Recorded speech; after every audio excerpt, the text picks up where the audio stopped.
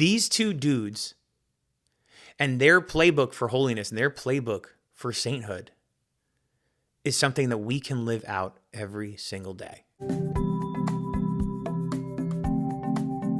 Welcome back to the What's It Up podcast. I'm your host, Pete Dill. I want to thank you all for being here with me. We got a great show for you today. We're going to talk about the momentous event that happened this past Sunday, where Saint Pier Giorgio Frassati and Saint Carlo Acutis were just canonized in our Catholic Church.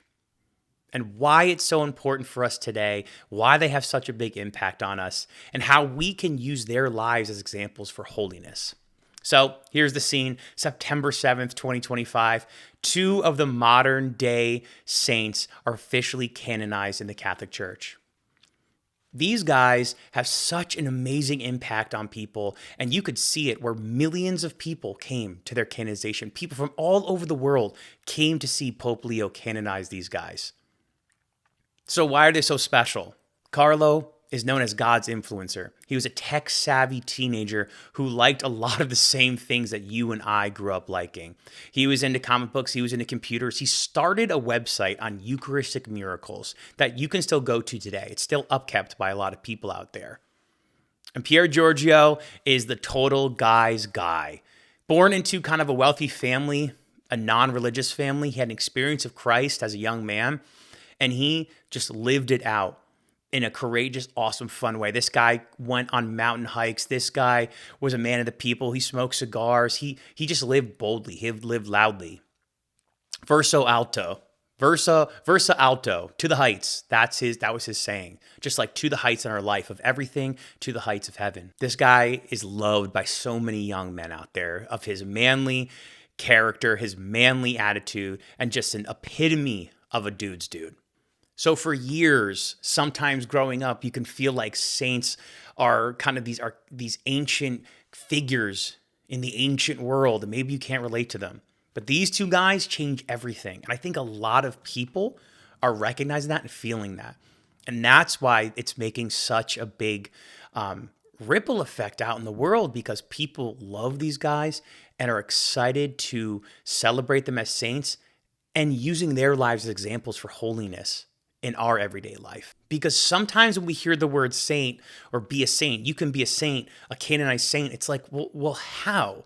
I'm just a dude from New Jersey who lives in Texas. You're just a person wherever you're from. I don't know where the heck you're from, but you're just from wherever you're from doing your kind of everyday thing.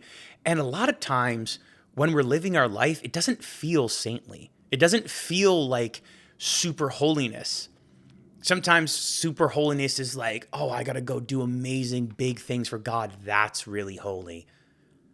But what we hear so often is that God is really just calling us to be where we are currently and to be holy wherever we are.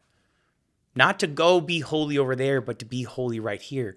And that could be really a struggle for a lot of us, because a lot of times when we're looking for meaning, we're looking for purpose, it's hard to see it in the kind of the regular day life, regular schmegular life. But these two saints are the ultimate examples of living boldly, courageously for God. And one key characteristic that really turned them from having regular lives into saints is that they gave God everything. Their entire lives were centered and focused and pointed towards God. So that's what took them from regular people to saints. And that's something you and I can do, as crazy as that sounds. As crazy it is for me to say that into a microphone, we can do that. We can actually give everything to God. Let's use Carlo and Pier Giorgio's lives as examples. Carlo was a regular kid. He didn't grow up in a religious house. He actually converted his family through his holiness. Carlo liked computers. He liked video games. There's pictures of him dressed up like Spider-Man. You know Spider-Man, your favorite superhero out there? There's pictures of him dressed up as a little kid, like Spider-Man as a little kid. But he brought holiness into everything that he did. And he had a deep devotion for the Eucharist. And what's inspiring about that is, like, you and I can do that. Like, what is stopping you and I from having a deep devotion to the Eucharist? This kid didn't grow up at all. He had to go walk to church at first. He had to go to the Eucharistic adoration by himself at first. It was only through his parents seeing the change in him and kind of like the gravity of his life, the way he spoke and the way that he was changed by God, that people around him and his parents were like, whoa, like there's something to this. There's something to him. So Carlo's devotion to the Eucharist was such a powerful changer in his life. And he said, the Eucharist is the highway to heaven. And that's powerful, and it's inspiring, and it's convicting too. You know what I mean? How much do I look at the Eucharist as just part of Mass, and Mass is part of a weekly ritual? I know I fall into that too a lot of times. But Carlo looked at the Eucharist as a highway to heaven and a like an energy for his life. So that's an everyday thing you and I can do. Be devoted to the Eucharist. Go to Mass more. Go to Eucharistic adoration more. We can do that. It's not like Carlo started some company that was $1 billion and through it all, he gave money back to people and started all these charities. Nope. He was a kid who liked video games, who went to Mass every day. Well, darn it, if you and I can't do that. Darn if you and I can't do that. So you're saying that really just got to kind of do the things I do and go to Mass every day and I can become a saint? Okay, this sounds a little different than the Saint Francis who started a religious order and, threw himself in pricker bushes. This sounds different than Ignatius of Loyola, or sounds different than, Justin the Martyr or the Desert Fathers who, only drank water once a month. This was just a kid who liked video games, who went to Mass every day and had a devotion to the Lord and Mary and the Eucharist. Those are things I can do. So that's a playbook. You know what I mean? That's a playbook for holiness. So often I think it's so easy for me to like engineer what holiness is. I gotta be holy right here, gotta be holy with this person, gotta be holy with that. And sometimes God's like, all you gotta do is receive me more. Receive me in the Eucharist more. Come to adoration to see me more, the Lord says. So Carlo is holiness meets everyday life. There's just a regular kid from Italy. And we all see it. He wore Nikes. His body's incorruptible right now, and he's just wearing Nikes, wearing sweats. I have Nikes. I have sweats. You mean I can be a saint? They could call my name one day in the Vatican? Could they? Comment down below if they're going to call your name in the Vatican one day for being a canonized saint. And then when they do, you can see it here. We'll all look back and like, wow, they commented down below. This guy or gal was a saint. So Carlo's everyday life and devotion to the Eucharist is really something that transitioned his life to more than just regular life, more than just everyday life. That's, real holiness, where he just lived out his life so much and was so devoted to the Lord. That's what made him a saint. And Pier Giorgio Frassati, his holiness and his sainthood is living boldly, living loudly, living a masculine life. I think sometimes the idea of like being holy, a holy Catholic guy is like, I'm just like a holy Catholic guy. You push up your glasses, just reading Thomas Aquinas constantly. And I'm just, it's just what it is. It's theological, and it's, it's just what Catholic faith is, And hey, listen, I'm a Catholic guy, but I know the reputation of Catholic guys as like nerdy Catholic guys. And that's great. The academic, the theological side is great and important. And men that are into that are so important to our church.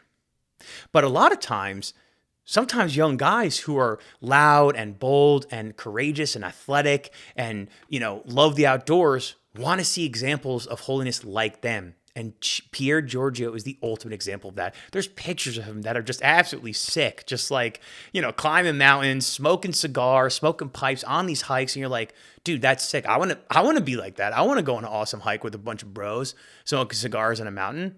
I want to do that. So he was a bold example of guy's guy. And so many young guys love this dude and relate to him because of his manliness. But what made him holy, those are his personality traits, but what made him holy is his devotion to the Lord, his devotion to the poor, and his rejection of modernity, his rejection of the modern ethics of the world. He was all about following God, rejecting the riches, the fame, the prestige of the modern world, and saying, hey, we have to keep our focus on God, and like that's really what it's all about. It's not about doing all the coolest, best things and being, brushing shoulders with people who are the elite of the elite. It's about following, giving everything to God, because he came from kind of an elite family, and he was known to give his clothes away. He would come home sometimes without his shoes, without a shirt on. His parents and people was like, where are your shoes? He'd be like, oh, I gave them to someone who needed them. Oh, I gave them to a homeless person. I gave them to someone someone else. He would give away his clothes. He would give away his money, and the impact that he had on people, you could never. His holiness had such an impact on people that you could have never predicted it. You know what I mean? You could have said, oh, all of the elites of his city, I think he's from Milan, right? All the elites of Milan showed up to his funeral. But no, who showed up to his funeral? Thousands and thousands of regular people, like homeless people, service workers, people of the city, came to his funeral and they said, we know Pier Giorgio. We loved him. He was the best. He gave us food. He gave us money. He gave us his clothes. He gave everything to us. He was the best kind of guy around. And his parents and family, some of the elites that were in his world were like, whoa, who are all these people? We don't really look at these people as peers or anything. We just kind of look at them as service workers and homeless people. But Pier Giorgio, he gave everything, his money, his clothes, everything to other people. He lived for other people. He brought others on mountain trips with him to try to help bring them to Christ more. He took hikes all the time with people to help preach the gospel to them. Like, he gave everything to people. And the impact that showed is that tens of thousands of people showed up to his funeral. That's something we can live by. He was born in the 1900s. I was born in the 1900s. The recipe for his holiness and his sainthood is not, something crazy. I can't even think of an example. It was being incredibly generous, incredibly kind, over the top loving to every single person we meet. And I think about how many times someone, on the street asks for money from me, or when someone asks a favor from me, or, someone needs something from me, or someone I don't know maybe needs a little help. And it's like, oh, how many times I roll my eyes at other people? How many times do I roll my eyes at other people? How many times do I huff and I puff when someone wants something from me? How often do I turn a cold shoulder to a stranger because I'm too busy or I'm in a rush? A lot of times I do that. But Pier Giorgio never did that. He looked at every single person like a beloved son and daughter of God. And that was his playbook for sainthood. We can do that. I can do that. Why don't I do that? Why don't I do that?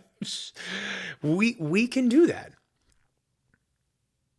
Like, that's the playbook right there. These two dudes and their playbook for holiness and their playbook for sainthood is something that we can live out every single day. And that's why they've had such a huge impact on the church. Because they've shown that holiness isn't just for monasteries. Holiness isn't just for missionaries. Holiness isn't just for the big things. But holiness is living out your life in virtue, living out your life in love, and giving everything to God. God calls us to have a great and holy life exactly where we are. And that's hard. That's hard to live out. We all know how hard that is, because we often think, if my life changes a little bit, then it'll be better, and then I can really maybe be holy. Then I can really try to be holy. I just need a couple things to go different. I need a couple more dollars. I need a couple more security blankets, and then I can really be holy. I'll really start getting holy in a little bit. I just need to clean myself a little bit, and then I can be holy. We have all these objections to holiness because we have fear, we have insecurity, we want to hold on tight to our life.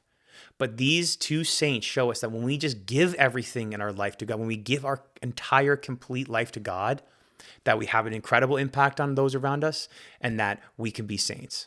These two new saints show us that we don't need to escape the life that God has put us in. We don't need to escape the circumstances of our life to be holy. We don't need to go somewhere else to be holy. We can be holy right now, exactly where you are listening or watching this podcast. You could be holy right now today. And I'm saying that to myself in the mirror. I can be holy to every single person that I meet. I can bring love to them, radical love.